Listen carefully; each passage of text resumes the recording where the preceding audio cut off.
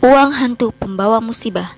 Sudah 1 bulan lebih, Truna telah dirumahkan oleh tempatnya bekerja.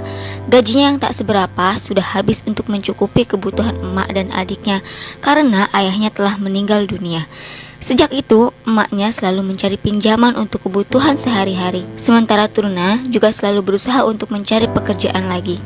Setiap malam, ia selalu termenung sendirian di sekitaran kuburan. Hingga pada akhirnya, ia seperti ngelantur dan berkata, "Aku minta tolong berikan aku uang, hai penunggu kuburan." Tiba-tiba, ia dilempari uang 10.000 dari belakang, tidak tahu oleh siapa. Ia sangat berterima kasih dan berjanji akan mengembalikan uang tersebut ketika ia sudah bekerja. Tiba-tiba muncul sesosok makhluk besar sambil tertawa dan berkata, "Janji adalah hutang, hai manusia." Keesokan paginya, ia melihat adiknya sedang kelaparan. Lalu ia segera bergegas untuk membeli nasi yang bisa dimakan bertiga. Part 2. Dari uang 10.000 semalam. Setelah selesai membeli, sontak ibu itu kaget uang dari pelanggan pertama tersebut tiba-tiba hilang. Di sini Truna merasa senang bisa membuat emak dan adiknya bahagia walaupun hanya sesaat. Kemudian ia langsung bergegas untuk mencari pekerjaan. Kesana kemari tak kunjung dapat. Truna pun kehausan. Ia bingung karena sudah tidak memiliki uang. Seketika ia kaget ketika melihat dompetnya terdapat 10.000. Padahal ia sudah merasa memberikan kepada ibu penjual nasi tadi pagi. Lalu akhirnya ia membelikan minuman dengan uang tersebut. Ia pun kaget, uangnya bukannya habis malah terus bertambah. Ia berbelanja berulang kali sampai bisa membawa banyak makanan ke rumah dan mengaku bahwa ia sudah mendapatkan pekerjaan. Sudah 6 bulan semenjak ia mendapatkan uang gaib itu, ia mulai hidup bagai bos, membeli ini, itu, menraktir keluarga dan temannya. Uang yang ia belikan selalu kembali padanya, bahkan bertambah. Malam itu tiba-tiba Truna dan ibunya kaget karena adiknya sakit. Truna ingat dan merasa bahwa yang dialami adiknya ini ada kaitannya dengan malam itu. Truna pun bergegas lari ke kuburan untuk mengembalikan uang tersebut. Tapi ternyata terlambat dan yang dimaksud hantu besar itu adalah mengembalikan dengan nyawa. Truna pun menangis dan menyesal. Ia tak ingin adiknya yang meninggal. Ia rela menggantikan adiknya. Akhirnya Truna pun sakit parah, sakit yang tak biasa. Tiba-tiba seorang ustadz datang. Sontak ustadz tersebut kaget ada makhluk besar mengelilingi Truna. Setelah dibacakan dan akhirnya Truna sembuh dan atas bantuan Pak Ustadz, ia mendapatkan pekerjaan untuk mengurus masjid.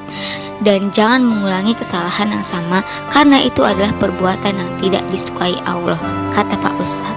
Ada seorang pemuda yang sedang mengendarai di malam hari.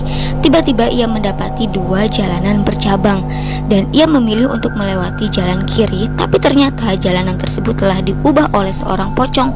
Pemuda tersebut merasa jalanannya angker dan berbeda. Tiba-tiba ada seorang kunti yang menghalangi jalanannya dan pemuda tersebut ketakutan. Tidak berselang lama muncullah seorang tuyul, lalu pemuda tersebut mengendarai dengan cepat. Tiba-tiba muncul lagi hantu besar dan mengerikan. Lalu ia dihadapi dengan jalanan terjang dan menanjak.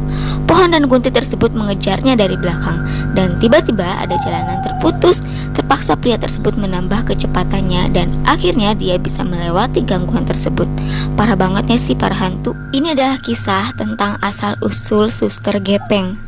Awalnya ada seorang oma yang bernama Pina datang ke sebuah showroom untuk membeli mobil dan dilayani oleh seorang sales yang supel.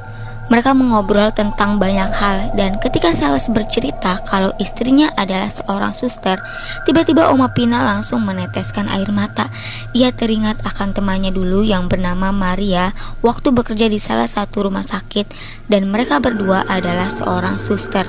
Lalu si oma bercerita, pada waktu pertengahan tahun 70-an, mereka bertemu pada saat sama-sama sekolah di sekolah perawat kesehatan.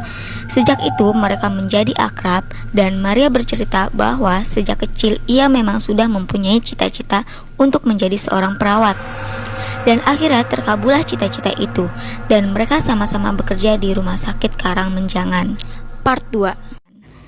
Dan di rumah sakit tersebut ada salah satu lift yang rusak. Lampunya sering mati dan menyala tiba-tiba. Hingga pada suatu hari Maria sering bertengkar dengan pasangannya dan membuat mood Maria selalu tidak bagus dan sering murung. Dan ketika mereka memasuki lift, Maria tiba-tiba kesal dengan lift tersebut karena tidak bisa ditutup. Akhirnya ia marah dan melihat apa yang salah pada pintu ini. Tapi akhirnya pintu lift tersebut tiba-tiba tertutup. Hal itu membuat Maria terjepit dan terbawa ke atas. Lalu ia meninggal dunia. Kejadian tersebut membuat Pina shock. Setelah kejadian tersebut, Pina selalu ditemani oleh Maria kemanapun ia pergi.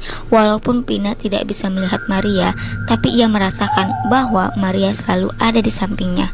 Dan semenjak ini banyak pengunjung dan perawat lain yang sering melihat kejadian menyeramkan di lift tersebut. Dan rumah sakit tersebut menjadi angker.